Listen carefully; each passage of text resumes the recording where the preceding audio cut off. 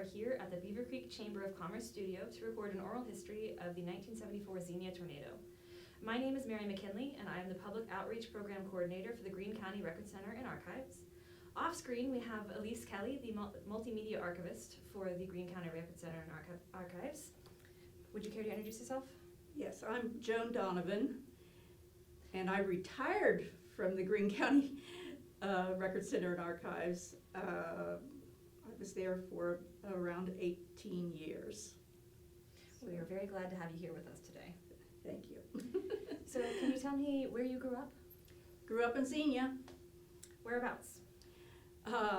Marshall Drive is where, I was born at Greene Memorial Hospital, and Marshall Drive's not too far from there, and that's where I lived. Can you tell me a little bit about your childhood in Xenia?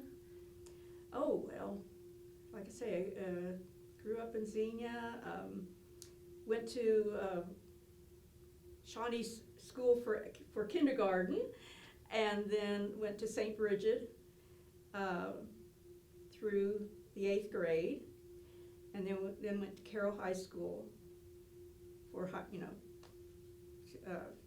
through 12th grade. And St. Bridget, before they moved out, when I went to the what they called the new school out on Fairground Road for the first 4 grades, and then we moved to the old school in town, which was on West Street, like at the corner of West 2nd and West Street in Xenia, right next to the church. Yeah, so that was always called the old school when I was there. Yeah, and then went to Carroll in Dayton. Did you have any hobbies or particular activities you enjoyed when you were a kid? I was a big reader. I went to the library a lot. Loved to just ride my bike and just play in the woods. There were woods behind our house, and just played with. There's a lot of kids in the neighborhood. I had older brothers, and then a little sister. Yeah, and my dad worked at the post office here in Xenia, and at the time of the tornado, he was assistant postmaster. I think he started there like in 55 or 6, and then, moved up to assistant postmaster at the time of the tornado in 1974. That's what his title was, yeah. How old were you when the tornado occurred? I was 16, so now you know how old I am because it was 50 years. Yeah, and my younger sister was 9, almost 10, and then my older brothers were in their early 20s. Yeah. Were they still in the Xenia area? Yes. 2 of them still lived at home, and one was in Wilmington. One was working in Dayton or Centerville, I think he said. I asked him because and he said he was in Centerville at the time. He was a CPA, and I think he worked for Haskins and Sells at the time, and I don't know if they were auditing a bank or what they were doing, what he was doing in Centerville, but that's what he told me. That's where he was. Yeah. And Mark was in Wilmington. Steve was the first one I talked about, and then Joe was at home, and my younger sister's name is Annie. She was when she was little. Yeah. Can you walk me through that day, kind of in the morning? Well, must have been, I really had no idea what that day before the tornado was like. It was probably just a typical day. I would have, walked to catch the bus, which would be at Xenia High School. The buses all came lined up there along Shawnee Park, between Shawnee Park and Xenia High School on Edison there. And catch the bus, take us over to Carroll. And then I have no idea. That day is not before the tornado is not anything that I could remember. But, I would have come home and walked home from the bus stop. And I do remember, I'm sure that I remember actually going up into the woods. I often did that. I just liked the woods, just kind of walk through the woods a little bit and then run down the hill to the house. That's what I did. So, yeah. So that's what you would have been doing immediately before? Immediately before, I was in the house, so I wasn't in the woods when the tornado hit. I was in the house. We had a little ranch-style house that just, you walked in the front doors, living room, dining area, kitchen, and then a hall that went back to 3 bedrooms and a bath. And my sister was home, and my mom was starting supper, and we didn't have the TV on, so we had no warning, and I didn't notice the weather or anything that I can remember. My mom told me later that she had the TV on earlier in the day and had heard, that there was possibility of bad storms and possible tornadoes and everything. But we had the TV off. And my younger sister was there. My cat was in the house too, sleeping on a chair in the living room. And then I heard a noise. And I just remember saying, "What's that?" And my mother ran to the window facing west in the living room, and she said, "It's a tornado." Now, it was there already, because we could hear it, It was like, well, they say freight train, and I guess that's the closest thing you can describe it as. Like I said, "What's that?" And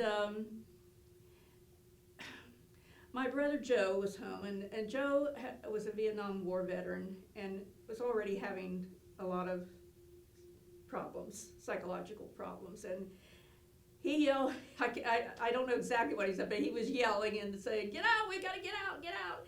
And he goes out the back door, and we're, the living room, dining area, and kitchen is all open like that, And he's going out the back door, and my little sister Annie, she started to go after him, and my mom said, "No, don't go out." And I said, "Annie, Mommy says no." And she turned around, and then I just remember my mom saying, "Let's go down the hall." And we went to my parents' bedroom, and she said, "Let's just lay down here in between their bed and the chest of drawers that was against the outer wall there." I don't know why she chose it. We had no basement, for one thing. I don't know if she had thought about something like this in advance, what she would do. I don't know, but she picked the right place. And I lay down on the floor. Like I said, the bed's right here and chest of drawers here. And my sister and my mom were behind me. My mom was on top of my sister. And then it hit. And, you just held on for dear life. And I just, kind of hold on to the floor like that. And I don't know what I thought it was happening, really. It was just so bizarre. And I was saying my Hail Marys and my Our Fathers, and just, oh God.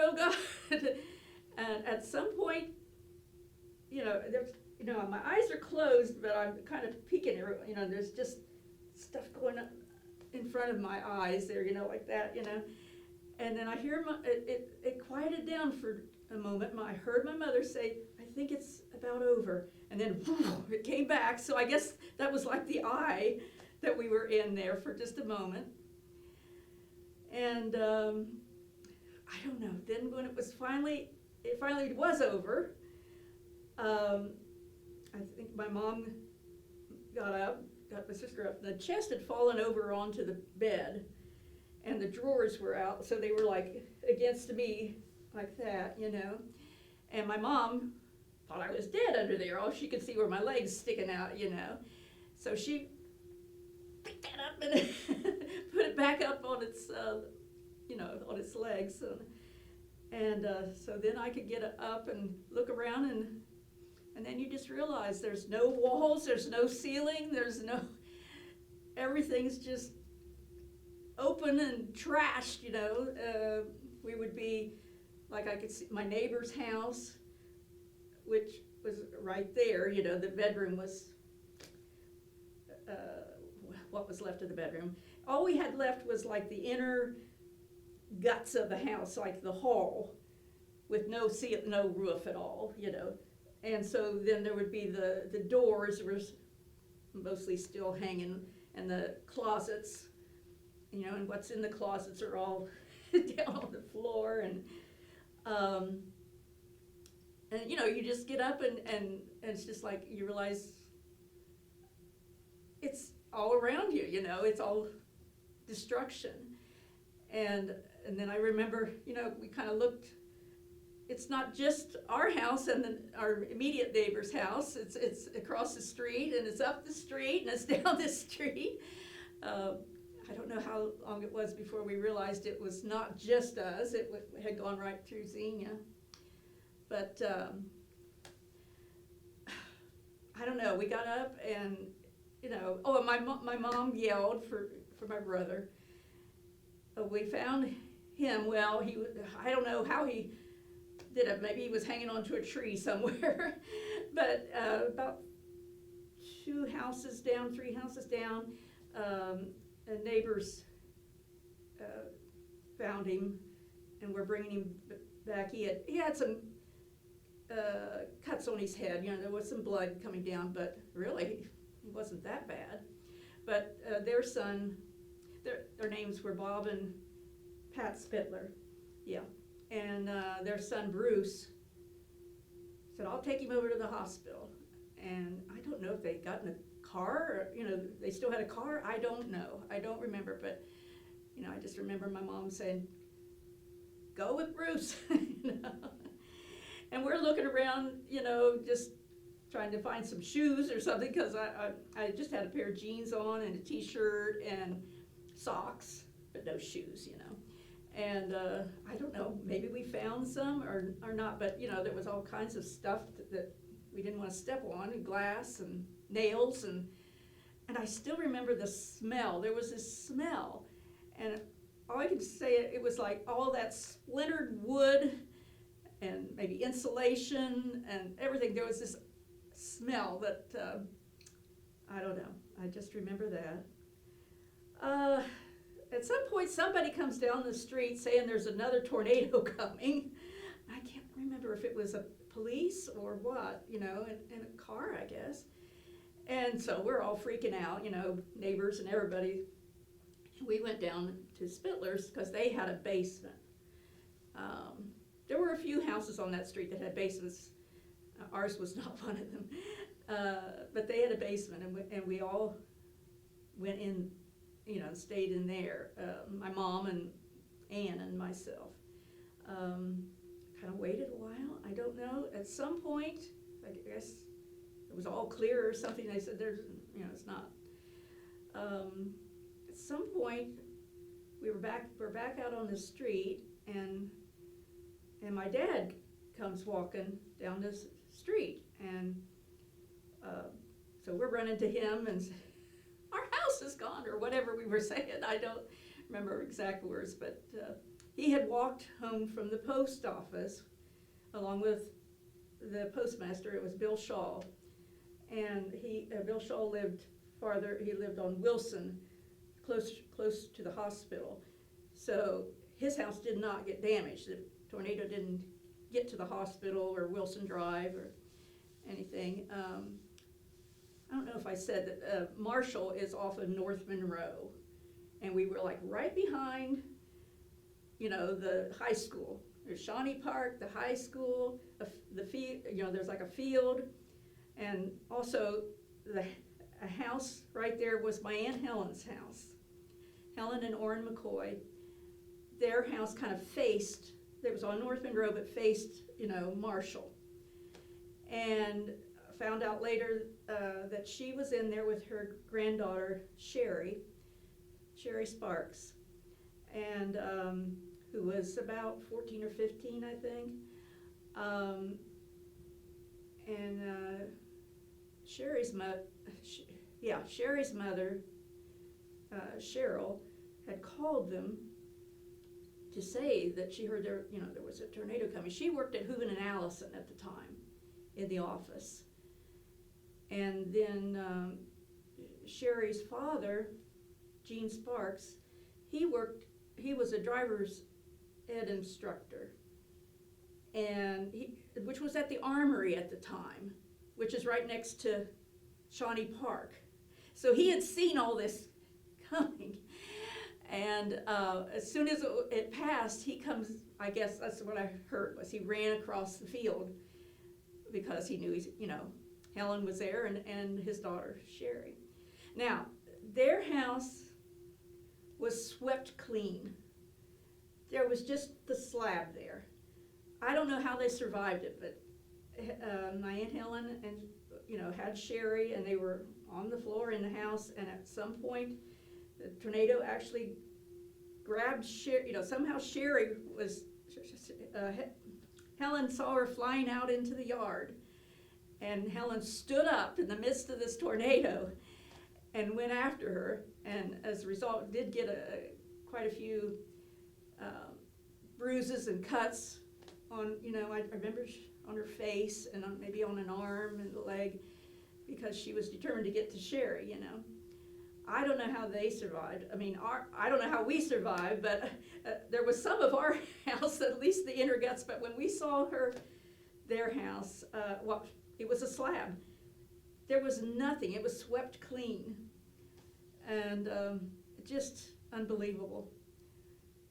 So, let's see, my dad's had walked home from the post office, and we started walking down to towards Helen's house, and we met Helen somewhere along the way.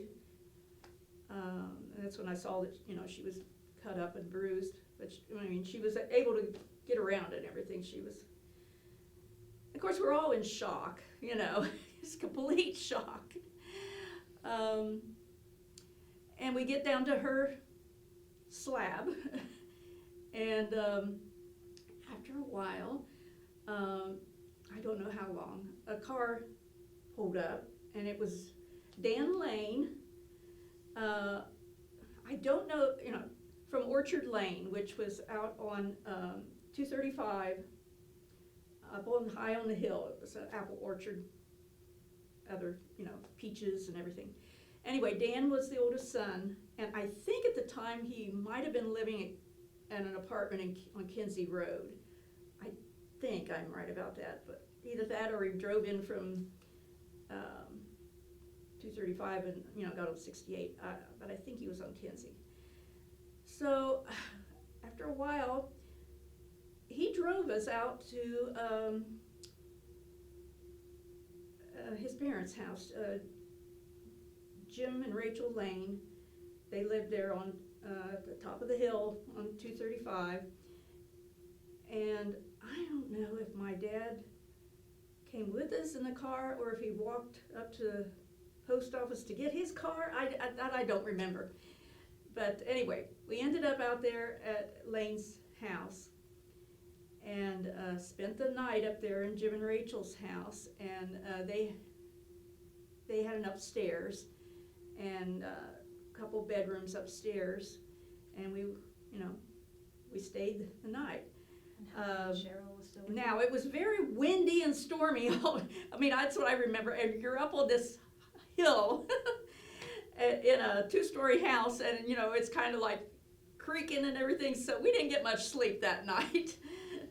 I remember at one point Jim Lane coming to the foot of the stairs, because I don't know, he must have heard us talking or he said, everything all right? So anyway. And Helen and Cheryl were still with you at that point? What now? Were Helen and Cheryl still with you there? No, Okay. no, they stayed there, and they went to, somehow they got to Cheryl's, their daughters, Helen and Orrin. I think Orrin was at work. He worked on a railroad. I don't know. Anyway, he wasn't there at the time of the tornado, and somehow and Cheryl lived on Murray Hill Drive, which was, out south of, middle of Xenia. So no damage out there. But somehow that's where they ended up. They went to Cheryl's house. And Cheryl and Gene Sparks. Like I said, he was the driver's instructor, and he was over at the armory at the time.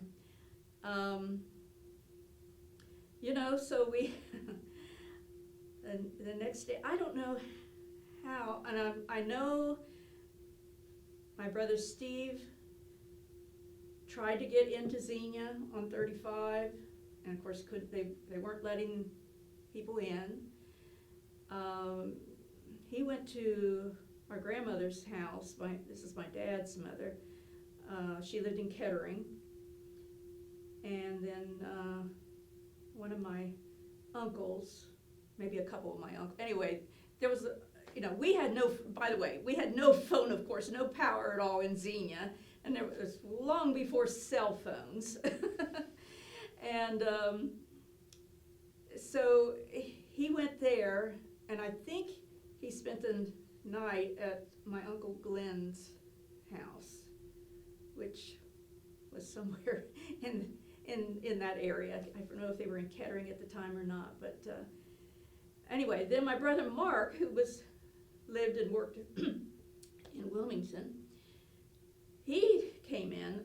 I didn't find this out until later, but he had a hard time getting in, had to kind of figure out a way to get around, where it was blocked and everything, and of course he'd be coming in from Wilmington, so that'd be 68 South, coming in. And he had a terrible time, actually getting to where our house was. Of course, he finds complete destruction, and we're not there. So he's like hunting all over the place and probably having a nervous breakdown too.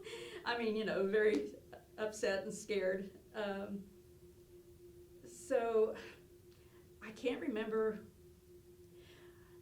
whether it was that same day or maybe the next day that they all met up at the YMCA. Now, this is the old YMCA building there on East Church. And that's where I don't know how Joe got there, but that's where he was too. So, and then my dad had to go in. He's very conscientious about being in, the post office and everything, and they had to find out where their carriers were that day, and everything. There might have been, some still out, and and just make sure the mail was okay and everything, and before they took off walking to go home. So he went in the next day, so he must have had a car. I just don't remember that. And they went to the post office first and everything, and just, did what he was supposed to do at work and everything, and then he had heard that there were people, you go to the Y and possibly find people, and that's where he found my brothers. So, and then we kind of all, okay, we know where everybody is, and our immediate family was. Yeah. I also had another aunt. This is Helen was my mother's sister, but my Aunt Dorothy, who was my father's sister, lived in Spring Valley, but she was in town, in Xenia, at the time of the tornado, and in a car, either on Maine or had turned onto Detroit. I don't know if they were there to go to the bank or what, shopping or, but Harold Simison was with her. who was a friend and actually their landlord. They lived out in the country on Simison Road in Spring Valley, I guess Spring Valley Township. And so they were right there, you know, lots of damage right there at Maine and Detroit. And they just sort of, I guess, ducked down in the car. And when it was over, they got up, and I understand there was a lot of wood in their car. So I don't know what happened to, you know, I mean, they didn't get hurt or anything, but it's amazing, you know. I mean, there were people that did get terribly hurt, and there were people that died, but, you know, the ones that survived, it was just incredible, you know. You wondered, how did I survive that, you know? So those were the, I don't know, we then, the Lanes owned a house on Hilltop Road, right there at the corner of 235 and Hilltop, and actually that used to be the Ginnivan, part of the Ginnivan farm. That was my great-grandmother Ginnivan's house, and the land with it. And my dad kind of did a lot of his childhood years living there in that house, right there in that spot. They sold the farm, moved into town sometime in the 1940s, into Xenia. They sold the land to Jim Lane, and who had also bought land from a Harner. I believe it was Charles Harner, I believe, owned a lot of land. So that was the orchard, you know, part of it. But he owned that coming down the hill there to Hilltop Road and that house. So we moved into that house for a while. The thing I know, I don't remember when I got back to school. Other than I've got some letters that my mom wrote to my uncle in Piketon that one of my cousins gave me several years ago. You know, that's her writing to her brother. And I think she's saying on April 22nd that the buses in Xenia were now, you know, picking up kids, and they had sort of a bus schedule going, and I've got copies of those letters in here. So I knew I was not at school right away, but that seems like a long time.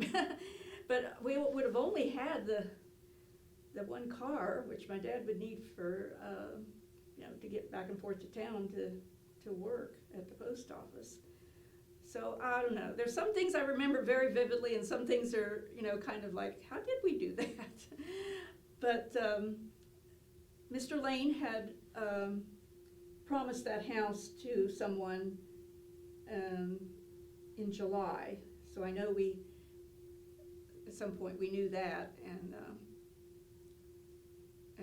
so one of my mom's letters is saying that, you know, and well, I have pictures of like a lot of houses that people would paint on what was left of the house, you know, save slab, because there was a fear, and probably a very good fear, that they were just going to bulldoze everything, you know. And so everybody was writing save slab if they were intending to rebuild, you know, and move back. So so I think we must have been back, the garage got built first. So we kind of lived in the garage, and a friend of my dad's loaned him a little camper. And then we had a porta-john, which to this day I hate porta-johns. Absolutely cannot stand porta-johns, and I avoid them with as much, you know, I do not want to go into a porta-john, or whatever they call them nowadays, but I think the one we had said porta-john. So that's my story, I guess. Have I pretty much told what happened? So you were staying at a different house and you didn't get back to school for several weeks. Well, it seems like it, but I didn't think it was that long, but I don't think the buses were running. You know, the school buses. There were so many schools in Xenia that were destroyed, or at least badly damaged, and churches and you know, it took a while, I guess, you know.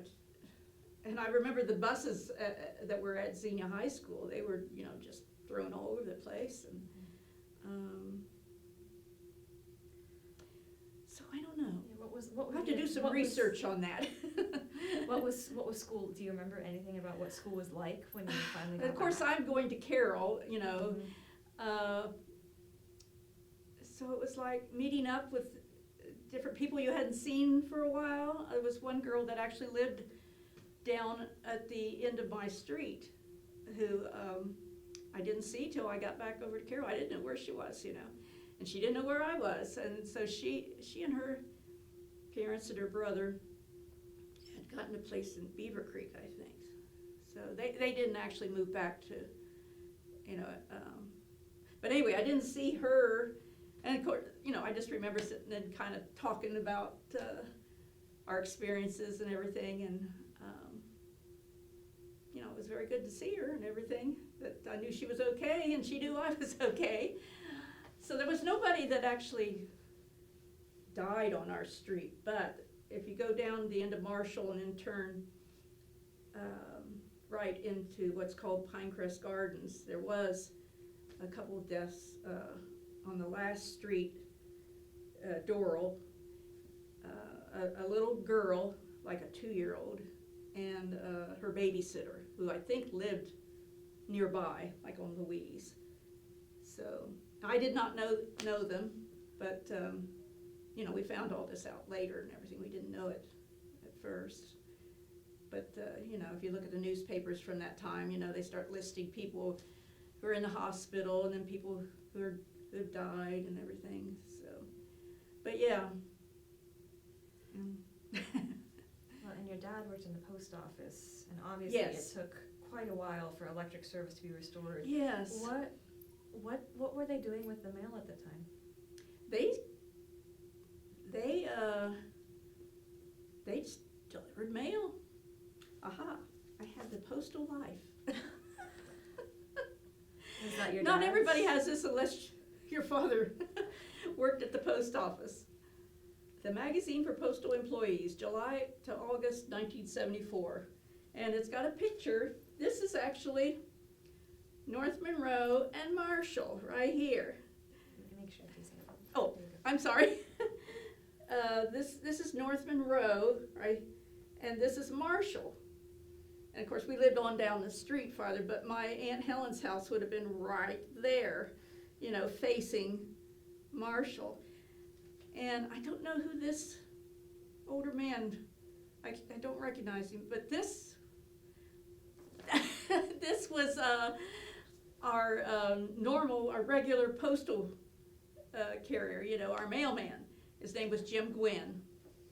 And back in the days when you had a regular mailman most of the time, you know. And there's pictures, more pictures in here of him walking his route, and other carriers. It probably says in here when they,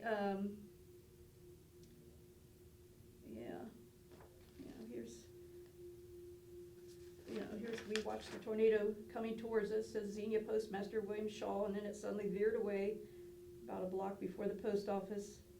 It was coming very fast, and anyway, they had one shattered window there. At the post office? Yeah.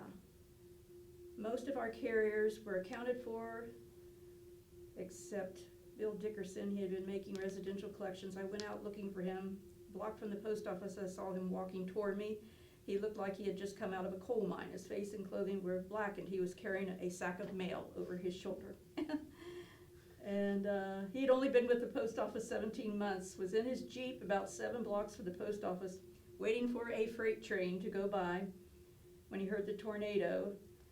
And I rolled I rolled the window in my door down about 6 inches. So I remembered about equalizing air pressure. And I crawled in the back of the Jeep and put a mail tray over my head. I didn't know there was that much room back there, and he felt the Jeep start turning over. There was total darkness when it stopped moving. Debris started coming in on me. The glass windows of the vehicle blew out. I started smelling gasoline. The Jeep was on its side. I didn't know whether to get out of there or not. I just laid there hoping it wouldn't catch fire, and finally he crawled out. My first thought was to pick up the mail, put it in the mail sack I had with me, and get it to the post office. All the mail was in bundles, so I'm sure I didn't lose any, Wow. Otherwise, Yeah. you could So, think yeah, about that. so the Postal Service was one that really kind Yes. of came through. Yeah, So, and, yeah, so there's my dad. Yeah. It talks about Howard Bobbitt, I remember that name. Yeah, and then Assistant Postmaster Bernard Leroy Donovan, who went home, and the postmaster went home to check on their families. Now, Joan, Yes. remember that we have a picture in the archives Yes, with when Nixon visited, yes, President Nixon visited yes. Xenia, and your father, My dad is in that picture. can you tell us about that, when Well, President I Nixon think came? that was like April 9th or something when he came. And of course, my dad was at the post office, but I guess he heard that Nixon was, coming in.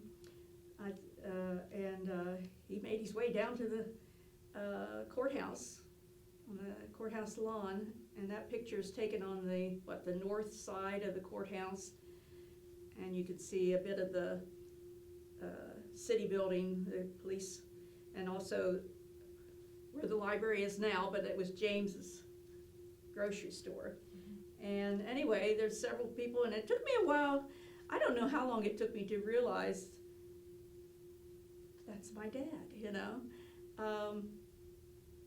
And I don't know if I've ever convinced my brothers and sister that that's him, because they didn't recognize he had on like a dark brown toboggan hat, where he normally wore. There's several other men in that picture that wore the kind of hat he normally wore, which was kind of a dress hat, I don't know what those kind of hats are called, but anyway, I said, no, that's him. Because I remembered that he had gotten that hat. I don't know, we got a lot of people gave, clothing and groceries and everything was sent to Xenia. And I don't know if he got it from then or what, but there's lots of things I don't remember. Like, I don't remember, well, we went back in and salvaged a lot of things. I mean, we were able to find clothes that were in the closets, in the chest drawers. I must have found my uniform, my Carroll High School uniform and blouses. So we did find some things, but some things we never found. Oh, and my cat, who was in the house at the time, who, I'm sorry, but the tornado was there. We had no time to think about the cat, and who probably took off running as soon as, she heard that noise. She was an indoor-outdoor cat. We did not see her for about 6 weeks. We kept looking for her, and my dad, he didn't tell us right away, but he was in at where the house used to be, more than the rest of us, and he would think he'd see her, but he couldn't get her to come, she was scared to death. But finally, I don't know if he had a little bit of food with him or what, but he finally got a hold of her and brought her out there. And I still remember that day, because he came in the back door and and she jumped out of his arms, and I'm going, Kitty! And because she was really my cat, she jumps into my arms, and just the loudest purr you ever heard, and just like this. But then she had to jump down because she's in a new place and she had to explore it, So I could see her going down the hall, And so then we're talking about, how'd you find her and all this, and then she comes back and I'm going, Kitty, and she jumps in my arms. So this went on for a while, But anyway, we finally found our old cat, who lived many years after that. I tell you, she went through her 9 lives. There were other things that happened, but that was the big one, she survived the tornado. But I remember saying to my dad, how did she go that long? And he said, well, there was probably refrigerators and freezers that were, she found something to eat. And, well, she was an indoor-outdoor cat anyway. She could hunt. So if she found any animals, mice or rabbits or, bunnies, birds, whatever she could catch, she would catch. But anyway, so that was that was a nice day that my cat returned. So anyway, so these are just some of the, we kind of collected books afterwards, and, there's the famous picture taken from the hospital, and that big dark cloud is, whatever the massive thing is right over, either Marshall or Pinecrest Gardens, because I recognize where this is. Now, is Marshall in the Arrowhead Estates, or? No. Arrowhead's on the other side of Xenia. That's where it came through first. I think it formed near Bellbrook and then headed towards Xenia. So no, it went through Arrowhead, and Windsor Park is another housing development there. A lot of houses were, it was just flattened.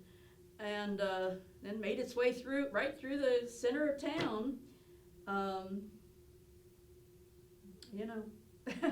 And then,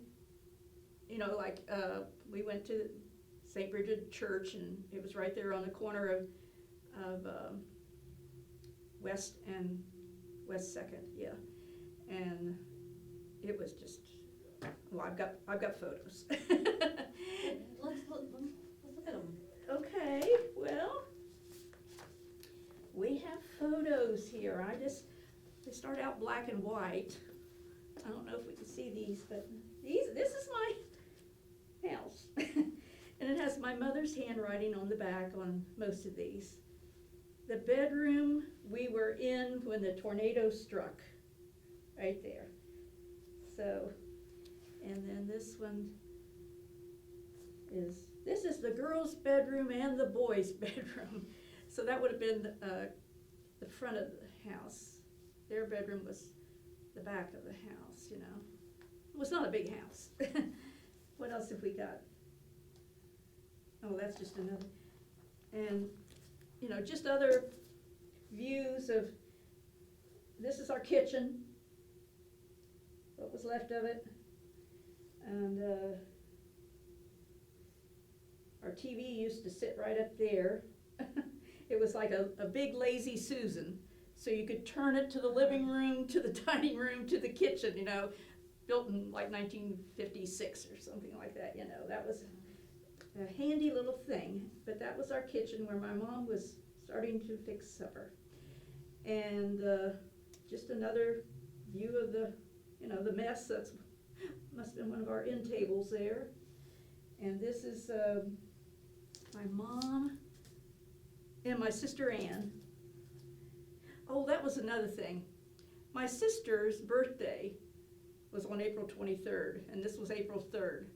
So one of the first things I remember when we got up and looked at all this trashed stuff was out from the closet, probably up on the shelf, was a new Barbie doll, still in the box. And my mother picks it up and says, well, you might as well have your birthday present, to my sister, who was, about to turn 10 on the 23rd. So anyway, that's my sister and my mother out in the backyard. I think that's either a refrigerator, or I think it's a refrigerator on its side, or whatever there. That's one of my neighbors on the other side's house. And what else have we got? Let's see, this is my mother's handwriting. This is my sister, who was, by the time we got these developed, she was 10, you can kind of tell and this is my dad right here. I mean, his handwriting. It just says, Margene and Ann standing where the kitchen and dining rooms were. How long after the tornado were these taken? Well, Approximately. I don't know, and of course they Maybe- don't say. Maybe a week? They were developed in May of '74, but they were taken, Yeah. probably, I don't know. There's no snow, so that had melted. No.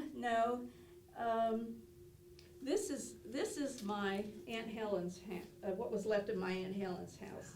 See, it's a slab. And then they started finding a few things, like, what is that, a lawnmower or something? And put it up on the slab, in other yards and everything. They found a few things. And they found, more things being put up on the slab, so.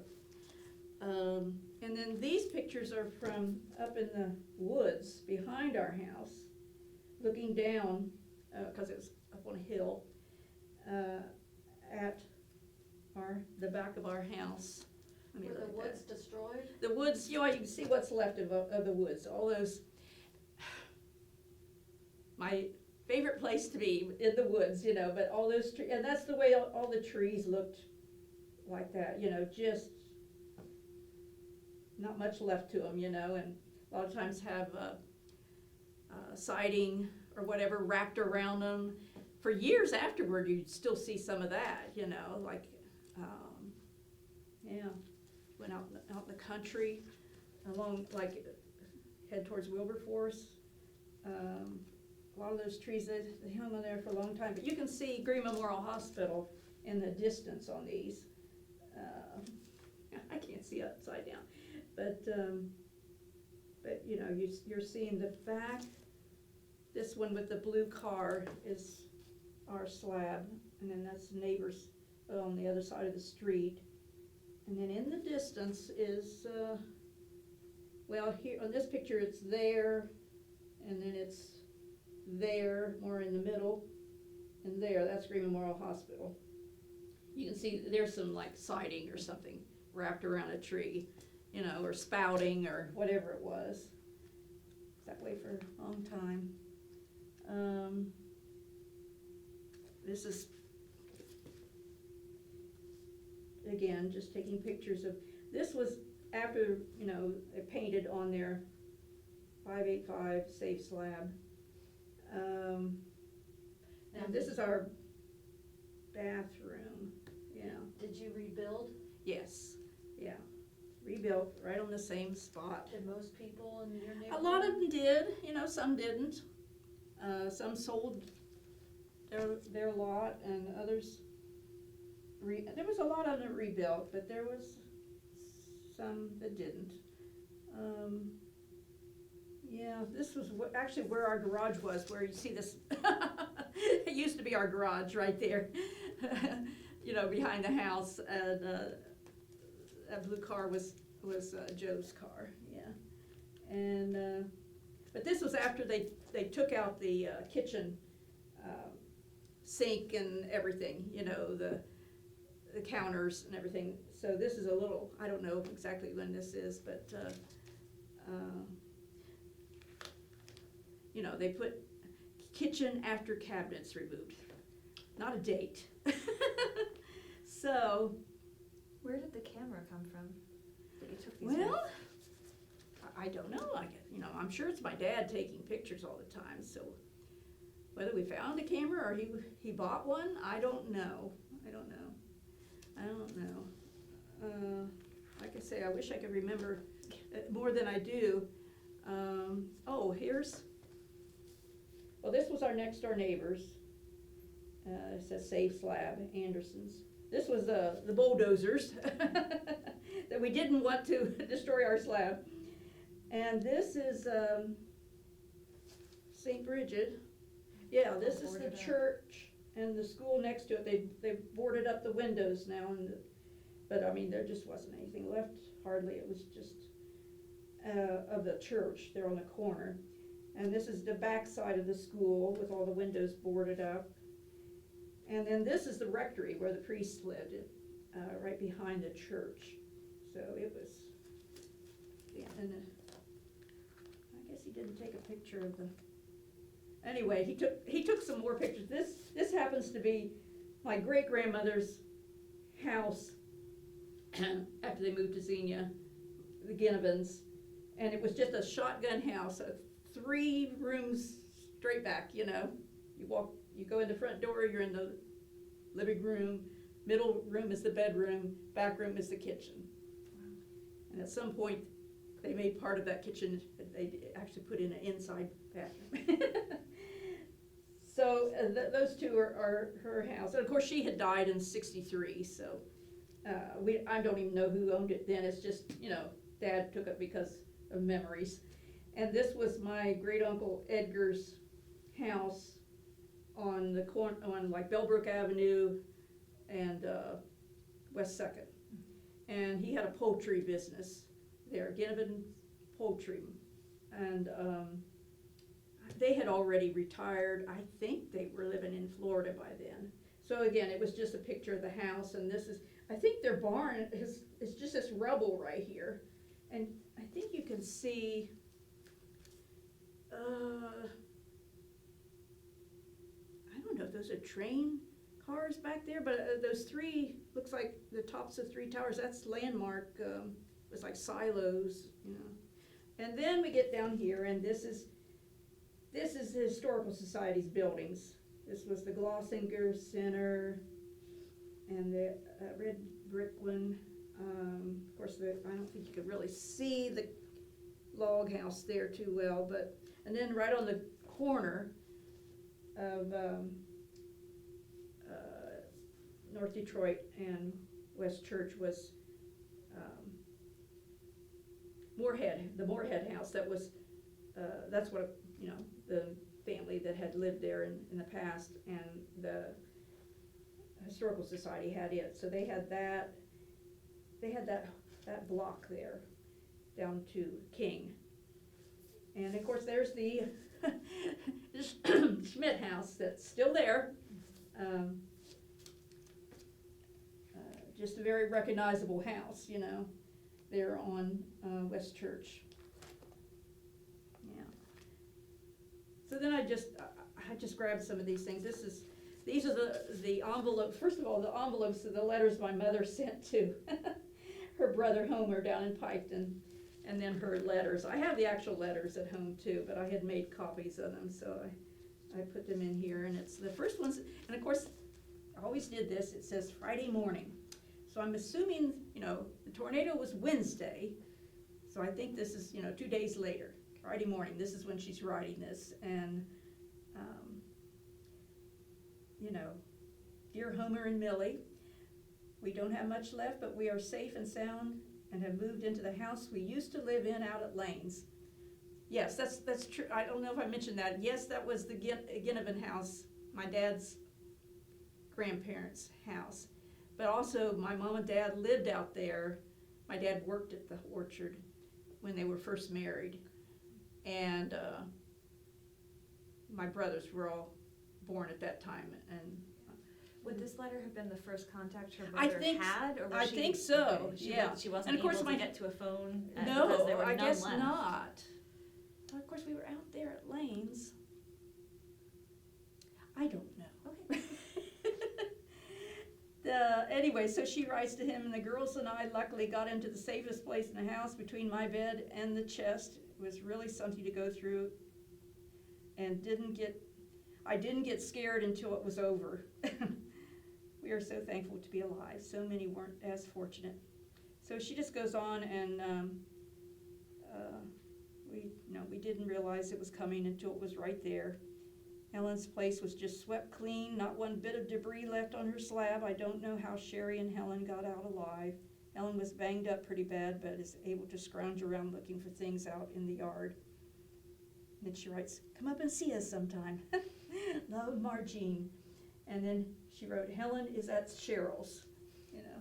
So that was the first and I think she did it very quickly, you know, Friday morning. And my dad's going into town because the envelope is actually my dad's printing, and he wrote our original Marshall Drive address on there. The next one, it has the Hilltop Road address, and that's my mother's handwriting on those two. So she had a little more time to write those, and so it says, Wednesday evening, a week ago about this time, we really were going through something that I hope I'll never have to face again. So that's that. Oh, and my Uncle Homer's sent up some money, mailed us some money, and she says, thank you so much for all you sent. I wish you hadn't sent the money. We had our paycheck but couldn't get it cash, but we really weren't bad off. That really broke me up more than anything else when Leroy handed me that. I had to cry, and I haven't cried in years. You have had more than your share of problems, and I just wish you had kept it. So many people are so much worse off than we are, lost their jobs and everything. We are so fortunate. People have been so good to us. All of my old neighbors have been around to see us. So anyway, you know, that makes it, because this is my mother's handwriting. I know her handwriting, and it just sounds like her, you know, too, the way she's writing it. So that's precious to me. And when my cousin gave me those, you know, because these were letters from my mom to her dad, Right. Homer, down in Piketon. And this was after, you know, both were gone. So, well, and there's where she says, we went to get the garage cleaned off this week. I thought surely we would uncover our cat, but we saw nothing of her. But this is the one, yeah. Found a few of our pictures, lost a lot that were in a drawer. I found a large one of Cheryl when she was about around 4, and Helen was so glad to get it. She just goes on about, you know, Mrs. Lane would take us to Fairborn to the laundromat. That was my worst problem, was getting laundry done, you know, after that, because they had very rusty water out there for one thing. And the ones in Xenia, there was only like one left, still running, up and running, and I remember going to it. Maybe that was later. But see, she ends this by saying, tomorrow is let's see, anyway, where does she say? Okay, this is a dear Homer and Millie and all. This is a dreary Monday and a good day to get the blues, but I'm determined to stay happy. This is the first day of school for Xenia schools. The bus schedules were a mess, and the girls didn't get picked up. Oh no. It just so happened Leroy didn't have to go to work until 8, so he was able to take them, but tomorrow morning he goes in at 5. I called the man in charge, and he promised to do better tomorrow. I hope so, because Annie is such a worrier. Oh, and she didn't drive. Plus, we didn't have another car anyway, so anyway. But she says here, at the very end, she adds on, tomorrow is Anne's birthday, which was the 23rd. So that means she's writing this on the 22nd, where she starts off saying, this is the first day of school for Xenia. So that's got me puzzled. I thought it was a little sooner than that, but I could be wrong. We know Well, that for Xenia, Well, yeah, but you know, but she does mention bus the schedules. the Xenia bus system took us to Carroll. Okay. You know, we would catch the bus there, like I said, where Xenia High School used to be on Edison Boulevard, and it would take us out 35 to Linden Avenue and to Carroll, and then we'd catch it, you know, when school was over. So can't remember exactly how that went, but I know that Anne would have been only in the 4th grade if she was 9, turning 10. Of course, we were in April, so we still had a couple of months there of school left before the summer break. And then Anne went, they bust the, I don't know if she did in the 5th grade, but I know she did after that at least. The older kids, through the 8th grade, were bused to St. Mary's in Dayton. And that's where they went to school, because all the kids, a lot of the Xenia schools went to the Beaver Creek. They do half days and everything. But of course, I was, going to Carroll, so, it didn't get any damage, of course, where it was. So it was just a matter of getting there, So, yeah. Didn't you talk about how they would you to go to mass and it was, they a makeshift? Oh, yes, and I don't know when that started after the tornado exactly. But the Knights of Columbus had a small building in Old Town. And so we'd go there on Sunday. And the clearest memory I have is one where, of course, we got there a little late. And we basically stood outside, and the door was open. So we could hear and see a little bit and everything. But Too many people. so I don't know how long but I don't think they got the church built for a few years. So we must have gone there for a while. But anyway, that building's gone now. They're doing a lot of work at Old Town right now, and I know that's been torn down. So it wasn't any fancy thing. It was just a little building, but the buildings on either side of it, I think, are gone now too for that Tecumseh thing they're building. So Old Town looks a lot different now. But I don't know. I guess we continued going there. Anyway. I was just thinking, you've also talked about your experience with the relief service with the National Guard, and then with Bob Hope, when Bob Hope Oh, that wasn't until December that, Bob Hope organized that was at UD Arena, and we got to go to that.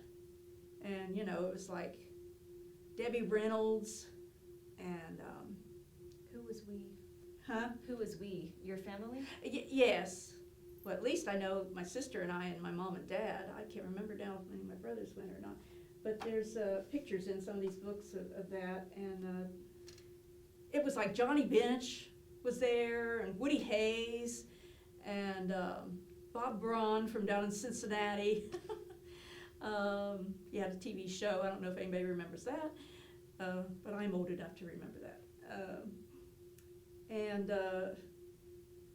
It was like singing and little dancing and jokes and everything. Can't remember who all was there, but anyway, we did get to go to that. But that was like in early December, and it was in at the UD Arena. What else did you ask me? About the relief efforts. Oh, well, I can remember going to the Y, because they had it all set up there, people, their houses had been destroyed or badly damaged. And my dad filling out papers and everything. So we went there. For insurance, all the people had, different insurance companies, and whatever you had, it was like all these, you had to, I think that's where we went for that. Of course, I wasn't paying attention to that. That was Dad's job. So I didn't pay, I just was there, But anyway, I will say that it's still to this day, I do not like storms. I especially don't like it when, they're talking about tornadoes. And I still to this day, I'm like, I never even saw it.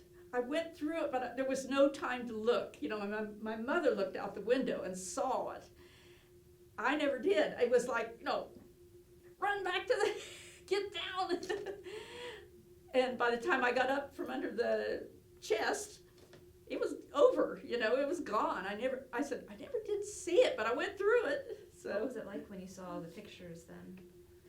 Oh, man, yeah, when you realize, I don't know when we found out, how much of Xenia was destroyed, and that, Arrowhead and just in town and everything. I just don't know, but it's really changed the Xenia, changed the, the whole face of Xenia. What do you think have been the long-term effects? What are the changes? Oh, well, they tore down a lot of houses and buildings that were badly damaged. The old steel building, it was badly damaged, but it was there on the corner of Main and Detroit. And then everything there on Main, I think, there's a building here and there, like the Fifth Third Bank building, which is now sitting empty because they moved out farther west. It survived, all broken windows and everything, but it survived.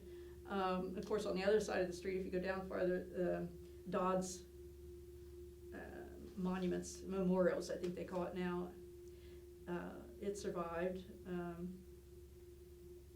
But what they did was they ended up building the Xenia Town Square, and they changed, it used to be Church Street went all the way through, and Market Street went all the way through, and they would end down at like Mechanic Street, But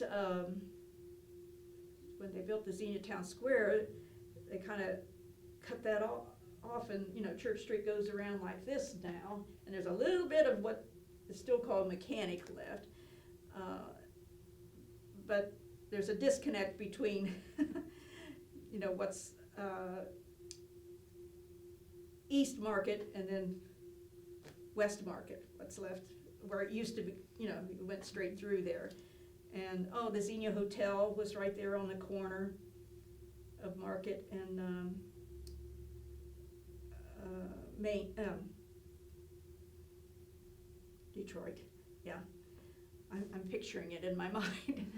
That had been there for a long, long time, and it was torn down. A lot of things were so badly damaged that they just decided to tear them down. There was a lot of nice houses along North Detroit. There were some houses on King and Galloway, which, had some beautiful houses. It still has a lot of them, but there were some that were torn down. Yeah, and the Historical Society there everything was very badly hit. They ended up moving the house that was on the opposite corner, the one they call the Victorian house. It was over on the other side of the street on the corner of East Church and Detroit. And I remember the day when they moved that, so that's a memory. I don't know exactly when that happened, but I don't know. Xenia used to be, we had shops, stores, and we had a cinema, Xenia Cinema. Of course, years before, I don't remember, the ones, they had more than one cinema, but I remember the cinema there on Green Street, and, Mom and Ann and I would walk uptown a lot of Saturdays, and we'd always go to Penny's, which was right across from the front of the courthouse there on East Main. And that was one of our regular, well, what we would do, okay, I just remembered that, we would bring our library books back. We'd carry our library books up to the library, the old Carnegie Library, and, leave them there. And then we'd walk the rest of the way into town, and we'd go to Penny's and Kresge's. Those were our two main ones. On the way back, we would then stop at the library and get more books. Because Ann and I both like to read, and we really spent a lot of time in that old library.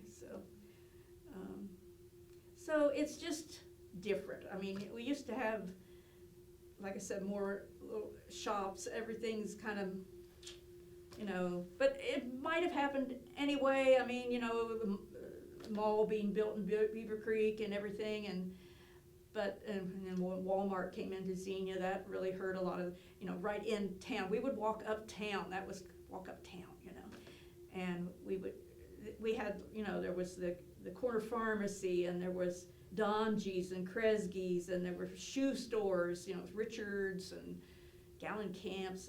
There was the card shop. Of course, by the time I Saul's, there was Saul's. That was a men's and boys store. Lit Brothers. See, I remember all those stores. You didn't. Nowadays, you got to go someplace else to do that kind of shopping.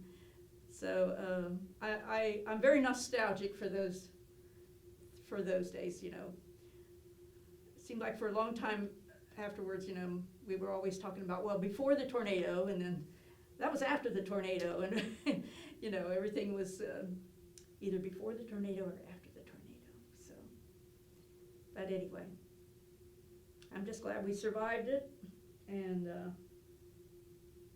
you know, some people didn't, and I still don't like tornadoes. I'm sure. I get very nervous and anxious, and I used to be more so than I am now, but you know, pacing and looking out the window and gathering up a few things I want to be sure that I don't lose. And I think there was a lot of people like that in Xenia, you know, as tornado sirens, and they finally put them in, and you know, they were great, but when they'd go off, you know, everybody would freak out. So it's just it was something. That's all I can say. Are there any other details you want to share? I think I pretty much, all that I can think of, I've pretty much talked a blue streak here, so I don't know. I think that's it. Joan, thank you so much for your time. You're welcome.